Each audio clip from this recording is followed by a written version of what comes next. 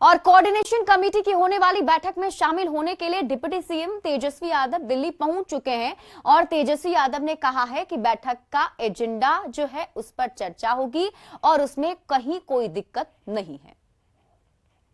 उस पे जो एजेंडा होगा उस पे बातचीत की जाएगी, तो उस पे कोई दिक्कत वाली बात नहीं है। और हमने पहले भी कहा है कि भाई जो भी होगा विपक्ष के तरफ से जो भी उम्मीदवार होगा वो आज के प्रधानमंत्री से ज़्यादा ईमानदार, सच्चा और जनता के प्रति जो होगी उसकी भावना ज़्यादा होगी। और हमारे साथ हमारे दो सहयोगी अमितेश दिल्ली से हमारे साथ लाइव जुड़े हुए हैं और रवि एस नारायण हमारे साथ पटना से लाइव जुड़े हुए हैं। सबसे पहले अमितेश, आपका रुख करते हुए, क्योंकि दिल्ली में अभी सभी नेताओं की कोऑर्डिनेशन कमेटी के जो नेता हैं उनकी मौजूदगी है, क्या कुछ हलचल वहां अभी आप देख पा रहे हैं? और अगर इस बैठक को देखें तो क्या एजेंडा इस बैठक में तय किया जा सकता है?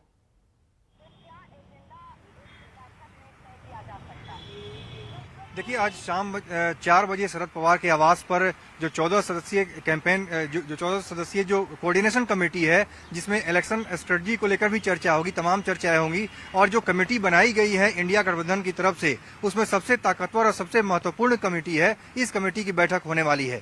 इस कमेटी की बैठक में भाग लेने के लिए बिहार के डिप्टी सीएम तेजस्वी यादव कल शाम दिल्ली पहुंच चुके हैं। झारखंड से जेएमएम की तरफ से झारखंड के मुख्यमंत्री हेमंत सोरेन, जो कि इस कमेटी के मेंबर हैं, वो आज दोपहर दिल्ली पहुंच रहे हैं। इसके अलावा बिहार में जेडीयू की तरफ से ललन सिंह को शामिल होना था, लेकिन बीमार होने की वजह से नहीं आ रहे हैं। उनकी जगह पर जल संसाधन मंत्री और पार्टी के राष्ट्रीय महासचिव संजय झा शिरकत करेंगे। तो काफी महत्वपूर्ण कमेटी है, सबसे महत्वपूर्ण और ताकतवर कमेटी है इस पूरे इंडिया गठबंधन की। उसमें सीटों के बंटवारे पर भी चर्चा होने की संभावना है। एक शुरुआत होगी जिसमें चूंकि बहुत सारे क्षेत्रीय दल हैं जो चाहते हैं, जिनके मन में एक कंसर्न है कि सीटों को लेकर के उलझन हो सकती है, लिहाजा सीट बंटवारे पर बात जल्दी आगे बढ़ाई जाए, उसको लेकर चर्चा होगी। इसके अलावा पिछले 10-12 दिनों के अंदर जो मीडिया को लेकर कमेटी बनाई गई है, सोशल मीडिया को लेकर, कैंपेन को लेकर के तमाम कमेटी की अलग अलग बैठक हुई है। उसकी जो शुरुआती रिपोर्ट आई है उसको लेकर भी इस कमेटी में चर्चा होने की संभावना है। उस पर स्ट्रेटजी बनेगी, कैसे साझा रैली की जाए, साझा चुनाव प्रचार के अभियान को अलग अलग राज्यों में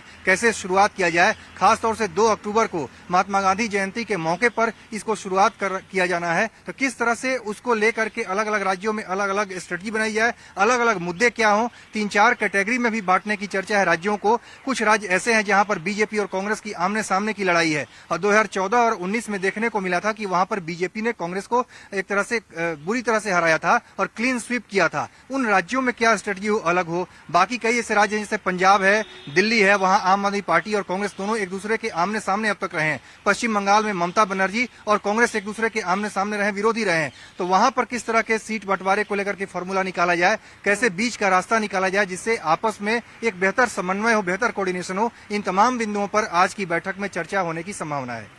बिल्कुल अमितेश, और देखना होगा कि जिन पर पेच फंसा है वहां किस तरीके से इसे सुलझाया जाता है। मैं आपके पास वापस लौटूंगी। रवि एस नारायण हमारे साथ जुड़े हुए हैं। रवि, एक महत्वपूर्ण बैठक आज दिल्ली में होने जा रही है, ये कोऑर्डिनेशन कमेटी की चूंकि ये पहली बैठक है, तो किस तरीके का रिएक्शन अभी आप खासतौर पर राजधानी पटना में देख पा रहे हैं?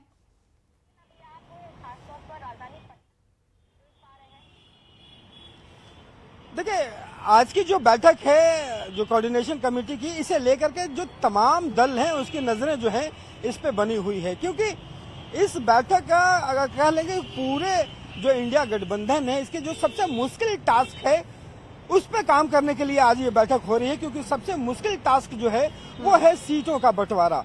और जिस ढंग से आप देखेंगे कि कांग्रेस का ममता बनर्जी के साथ बंगाल में जो आपसी तालमेल रहा हो, या दिल्ली में जो केजरीवाल के साथ तालमेल हो, या फिर समाजवादी पार्टी के साथ यूपी में तालमेल जितना मुश्किल भरा रहा है, ऐसे में सीटों का बंटवारा कैसे करती है, ये सबसे बड़ा चैलेंज है। लेकिन अगर पटना की बात करें, अब बिहार में अब जरा देखिए कि यहाँ पे सीटों के बंटवारे से ठीक पहले कांग्रेस जो है वो दावा कर देती है कि 9 सीटों पर जो पिछली बार चुनाव लड़े थे उतने सीटों पर चुनाव लड़ेगी। माले जो है वो 15 उसके विधायक हैं, वो कहती है कि हम 9 से 11 सीट हमें चाहिए। 40 लोकसभा सीट पर अगर 20 पर दावा ये दोनों करते हैं तो जरा सोचिए कि आरजेडी और जदयू कितने कितने सीटों पर लड़ेंगे। और ये कैसे तय करेंगे, ये सबसे मुश्किल टास्क है।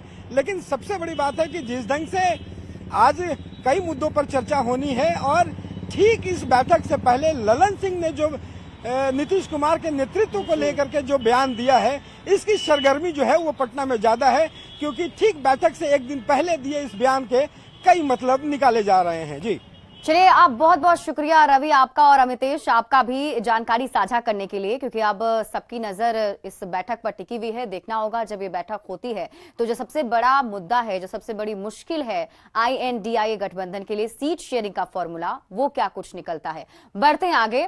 INDIA गठबंधन की आज होने वाली अहम बैठक से पहले जेडीयू के राष्ट्रीय अध्यक्ष ललन सिंह ने एक बयान देकर खलबली मचा दी।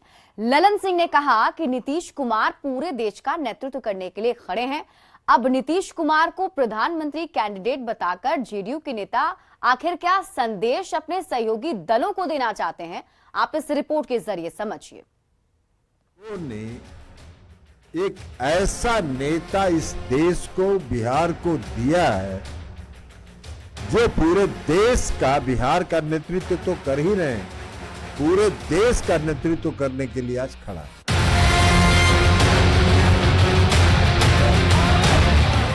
ये बयान है जेडीयू अध्यक्ष ललन सिंह का। नीतीश कुमार को लेकर दिया गया यही वो बयान है जिस पर सियासत बेहद गर्म हो गई है। देश के प्रधानमंत्री के पद के लिए योग्य उम्मीदवार नीतीश कुमार हैं, ये बताने की कोशिश ललन सिंह कर रहे हैं, अपने कार्यकर्ताओं को समझा रहे हैं। आज तक किसी माई का लाल साहस नहीं हुआ कि नीतीश कुमार जी पर कोई उंगली उठा सके, इसलिए कि नीतीश कुमार जी का धर्म ही एक ही है, वो सेवा भाव के साथ काम करते हैं। इधर मुख्यमंत्री नीतीश कुमार लगातार अपने पार्टी कैडर से जुड़ने की भी कोशिश में। मंगलवार को नीतीश अपने पार्टी नेताओं से लंबी मुलाकात की और आने वाले चुनाव से पहले रणनीति पर चर्चा भी की। लेकिन अब जरा इस तस्वीर को देखिए और जेडीयू कार्यकर्ताओं के नारे को भी सुनिए।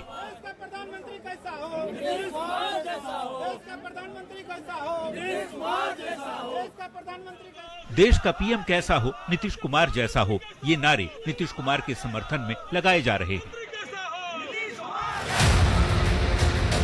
ललन सिंह के बयान पर कांग्रेस गोलमोल जवाब दे रही है। पार्टी प्रवक्ता असितनाथ तिवारी कहते हैं ये सही है कि नीतीश कुमार राष्ट्रीय नेता हैं।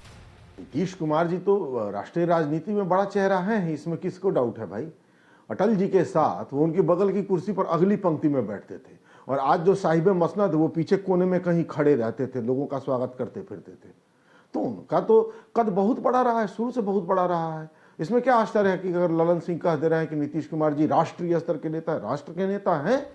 जेडीयू के राष्ट्रीय अध्यक्ष ललन सिंह के बयान पर भाजपा के नेता दिन में प्रधानमंत्री बनने का सपना ना देखने की नसीहत जेडीयू को दे रहे हैं। मेरा विनम्र निवेदन है बयानवियों से कि सपने रात में देखिए, दिन में सपना देखना बंद कर दीजिए, क्योंकि प्रधानमंत्री बयानों से नहीं बनते हैं, प्रधानमंत्री काम से बनते। लगातार दूल्हा तय करने की नाकाम कोशिश हो रही है, उसका एक साक्षात उदाहरण है कि दूल्हा ही नहीं तय कर पा रहे हैं, भारतीय संस्कृति का अपमान कर रहे हैं, बिना दूल्हा के बारात लेकर चल पड़े हैं। वैसे बुधवार को ही दिल्ली में INDIA गठबंधन के कोऑर्डिनेशन कमेटी की पहली बैठक होने वाली है। ऐसे में नीतीश कुमार के नाम को प्रधानमंत्री पद के उम्मीदवार के तौर पर जेडीयू के नेता जिस तरह से प्रोजेक्ट कर रहे हैं, कार्यकर्ता जिस तरह से नारे लगा रहे हैं, उससे सवाल यही कि क्या INDIA नीतीश को पीएम उम्मीदवार मानेगा। Bureau report, news 18। और INDIA से जुड़ी एक और बड़ी खबर आपको बता दें, INDIA की इलेक्शन स्ट्रेटेजी कमेटी की बैठक शाम 4 बजे से चुनाव रणनीति समिति की पहली बैठक होगी। चुनाव रणनीति समिति की यह पहली बैठक है और आगामी चुनाव की रणनीति पर चर्चा की जाएगी। सीट शेयरिंग को लेकर भी इस बैठक में बातचीत होगी। आपको बता दें कि मुंबई की बैठक में लोकसभा चुनाव को लेकर रणनीति बनाने के लिए इलेक्शन स्ट्रेटेजी कमेटी का गठन किया गया था। माना जा रहा है कि INDIA के साझा राजनीतिक कार्यक्रमों और रैलियों के आयोजन से लेकर इलेक्शन स्ट्रेटेजी कमेटी की बैठक में चर्चा हो सकती है और इस अहम बैठक में बीजेपी के खिलाफ एकजुट होकर चुनाव लड़ने के संकल्प पर आगे बढ़ने की दशा और दिशा तय होने की उम्मीद है।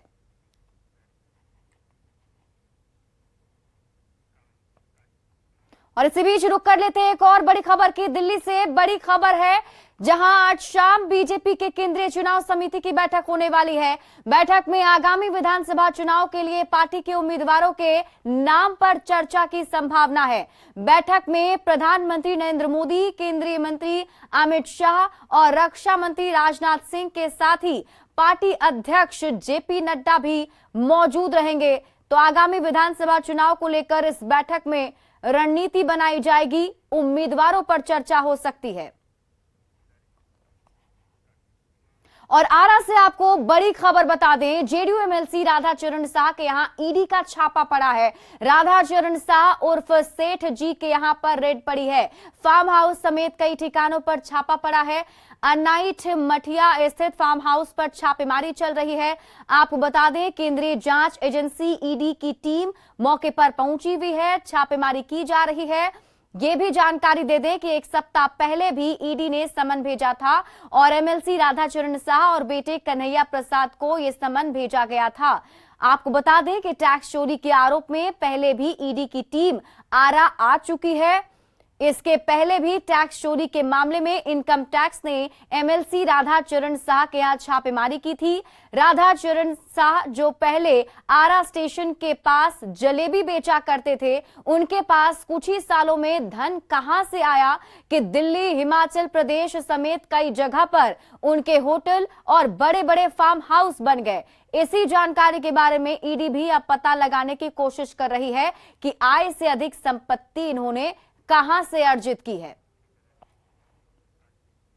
और रुक कर लेते हैं एक और बड़ी खबर की। बेतिया से बड़ी खबर है, जहां नरकटियागंज में देर रात लूटपाट हुई है। फिनकेयर स्मॉल फाइनेंस बैंक में लूट की गई है। हथियार के बल पर लूटपाट की वारदात को अंजाम दिया गया, जहां से करीब 8,78,000 रुपए की लूट हुई है।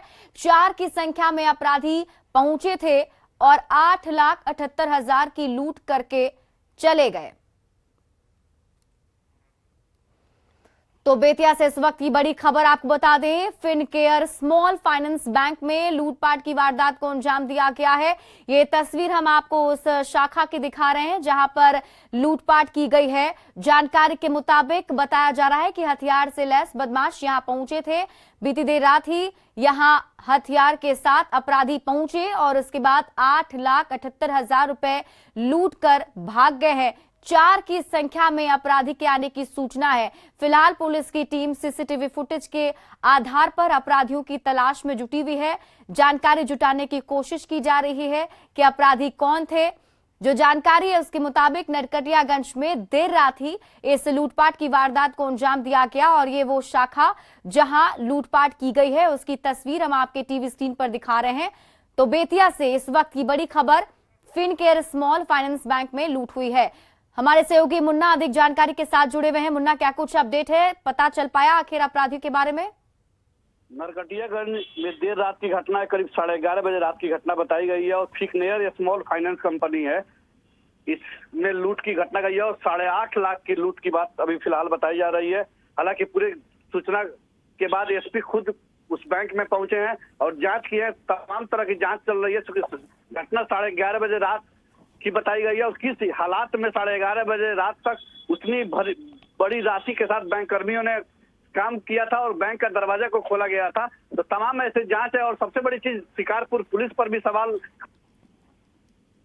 चलिए, बहुत बहुत शुक्रिया तमाम जानकारी के लिए मुन्ना राज। और फिलहाल इस बुलेटिन में अभी के लिए बस इतना ही। आप देखते रहिए न्यूज़ 18 बिहार झारखंड।